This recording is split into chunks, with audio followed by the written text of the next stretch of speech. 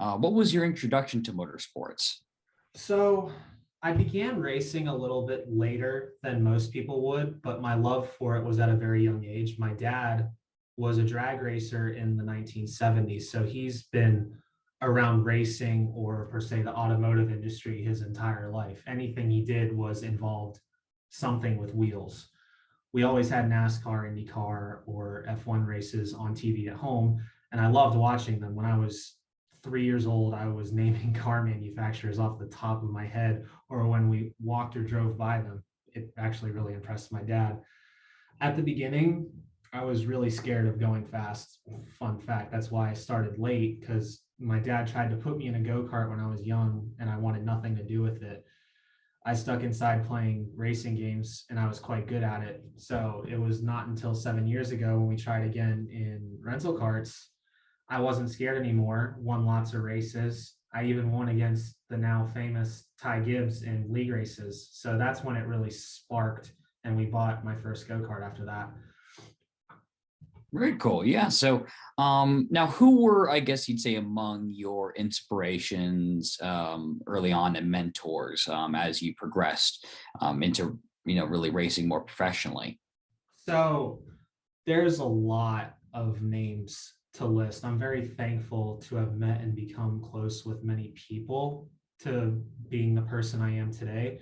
A few names that are mentors to me mainly would be Max Pappas.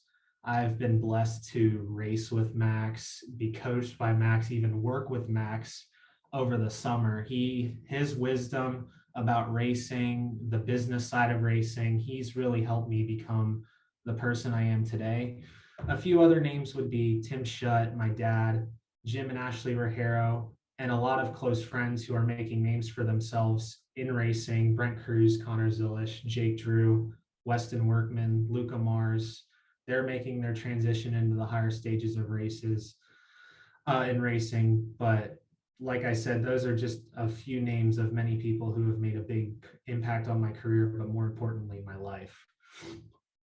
Great. And you mentioned, of course, and I read a bit about, your kart racing, and then you started at 8 years old. Is that correct?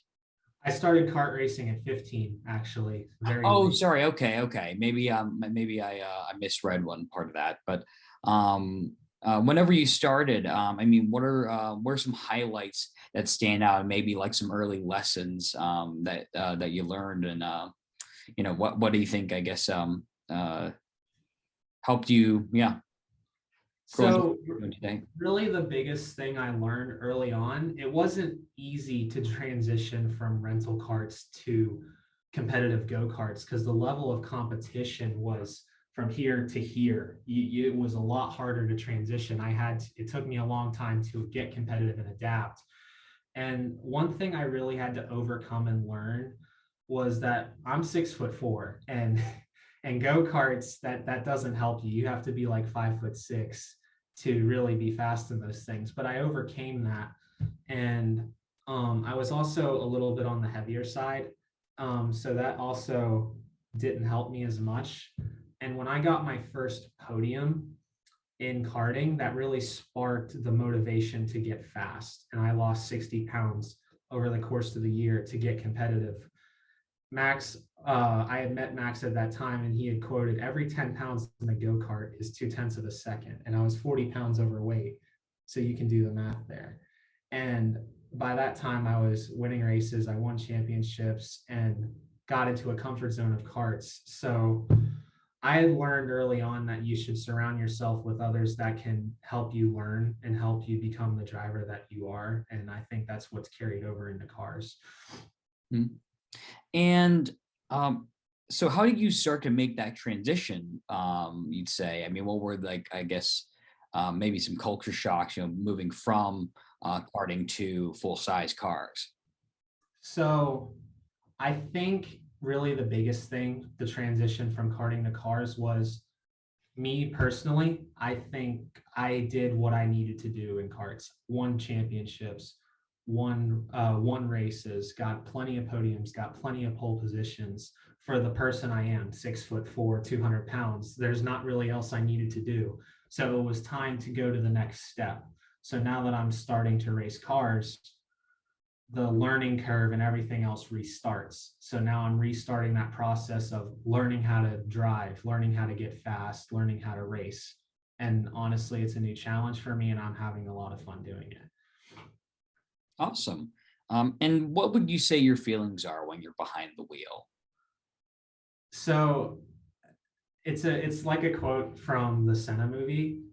My feeling behind the wheel is everything else that you think about in life goes away and you're in a different subconscious. Whenever you're behind the wheel, you think about nothing else except driving the car, driving the go-kart, whatever you're in, and you just focus on winning. And when you're in that different subconscious, you feel like a completely different person. And it's one of the most amazing feelings in the world. Mhm. And said by one of the best. Yeah, maybe Yeah. right. Maybe argue the best. So now, earlier this year, your team partnered with Roger Rosebush Racing. Can you tell me about how that came about and how it's how it's played out over these past couple months? So Roger Rosebush is really close with my dad. My dad has had a lot of connections in the automotive industry.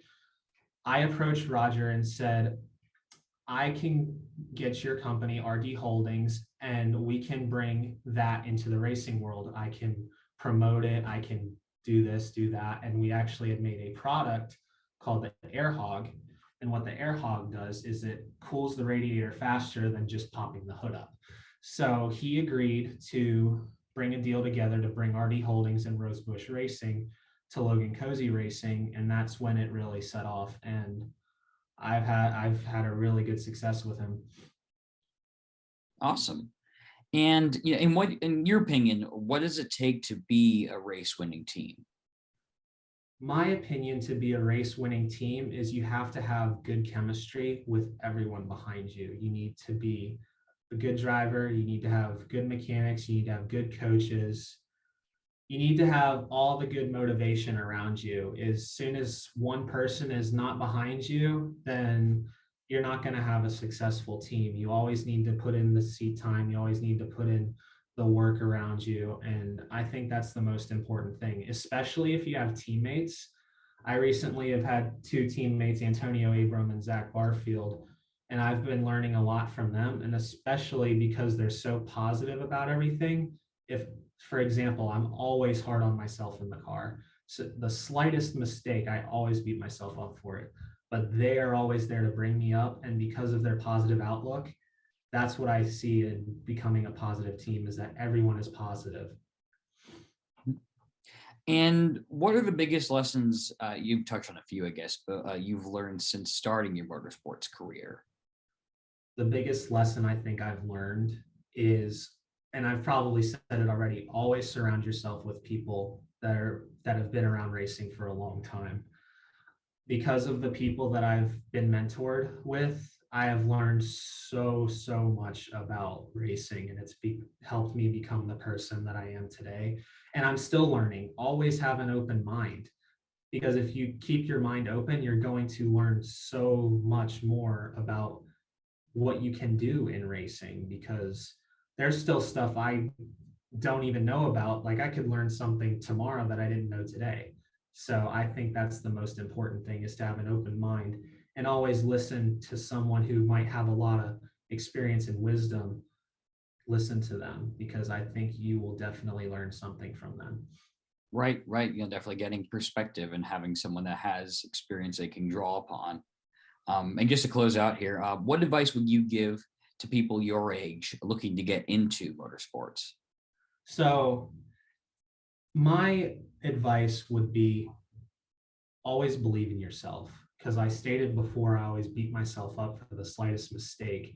But if you don't believe in yourself, then you shouldn't be doing it. A quote that my dad always says: whether you think you can or you think you can't, you're right. So I always stick to that quote. And every time I go to the racetrack, if you don't have a winning mindset going into that weekend, then you've already lost. If you can go into the weekend knowing you can win the race, you have the right mindset.